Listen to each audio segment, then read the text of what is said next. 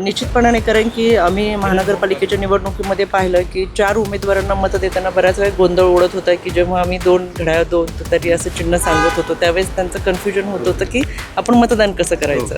एक सलग तुतारी किंवा एक सलग घड्याळ असं जर सांगितलं असतं तर अजून त्याचा फायदा झाला असता.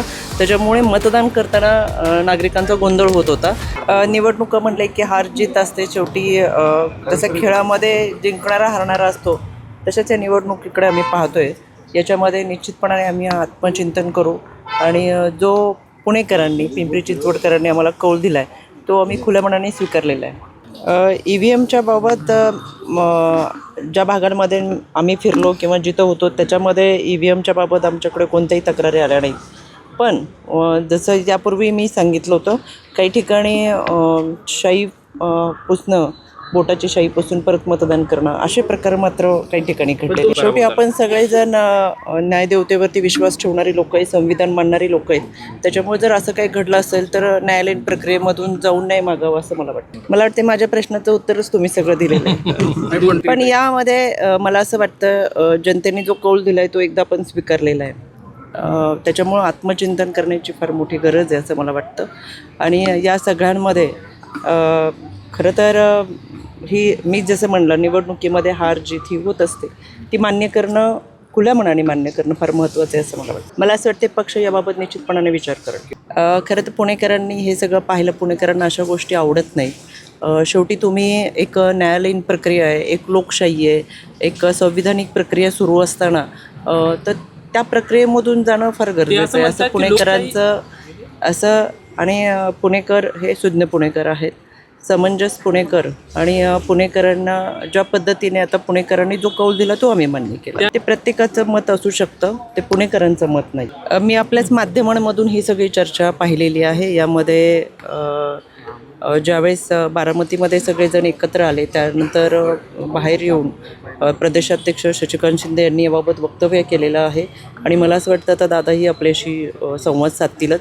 पण यामध्ये ज्या चुका महानगरपालिकेच्या निवडणुकांमध्ये काही झालेल्या आहेत ते टाळण्यासाठी निश्चितपणाने जो विचार होईल त्यामध्ये एका चिन्हावरती आणि जास्तीत जास्त घड्याळाच्या चिन्हावरती निश्चितपणाने लढण्याचा प्रयत्न जिल्हा परिषद पंचायत समितीला होईल.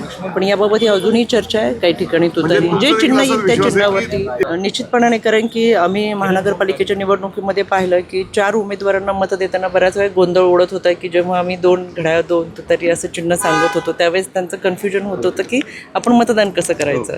एक सलग तुतारी किंवा एक सलग घड्याळ असं जर सांगितलं असतं तर अजून त्याचा फायदा झाला असता. त्याच्यामुळे मतदान करताना नागरिकांचा गोंधळ होत होता, हेही आम्हाला प्रकर्षाने जाणवलं. त्याच्यामुळे काही प्रभागामध्ये आम्ही 4ही ठिकाणी आमचे उमेदवार हे 4ही तुतारीच्या चिन्हावर होते, काही ठिकाणी 4ही घड्याळाच्या चिन्हावर होते. तिथं पाहिलं तर आपण बारकाईने लक्षात येतं की तिथं आम्हाला फायदा झालेला दिसतो. त्याच्यामुळे 2 घड्याळ आणि 2 तुतारी असं सांगताना जो गोंधळ उडत होता आणि ते मतदान कसं करायचं हे नागरिकांचं सुद्धा कन्फ्युजन फार मोठ्या प्रमाणात होतं. तर हे टाळण्यासाठी जर घेतले तरी सलग घड्याळ आणि सलग तुतारी असं चिन्ह घेऊन लढले तर निश्चितपणाने त्याचा फायदा होईल असं मला वाटतं. असं काही वाटत नाही, कारण की महानगरपालिकेच्या निवडणुका आदरणीय दादांच्या नेतृत्वाखाली लढल्या गेल्या. स्थानिक पातळीवरती तिथं तुतारीचे उमेदवार होते, तिथं तुतारीचे पदाधिकारी काम करत होते. यामध्ये महानगरपालिका आणि पिंपरी चिंचवडमध्ये निवडणुकीची संपूर्ण धुरा दादांनी सांभाळत असताना स्थानिक पातळीवरती ते पदाधिकारी काम करताना मात्र पाहायला मिळतो. दादा निश्चितपणाने याची दखल घेतील.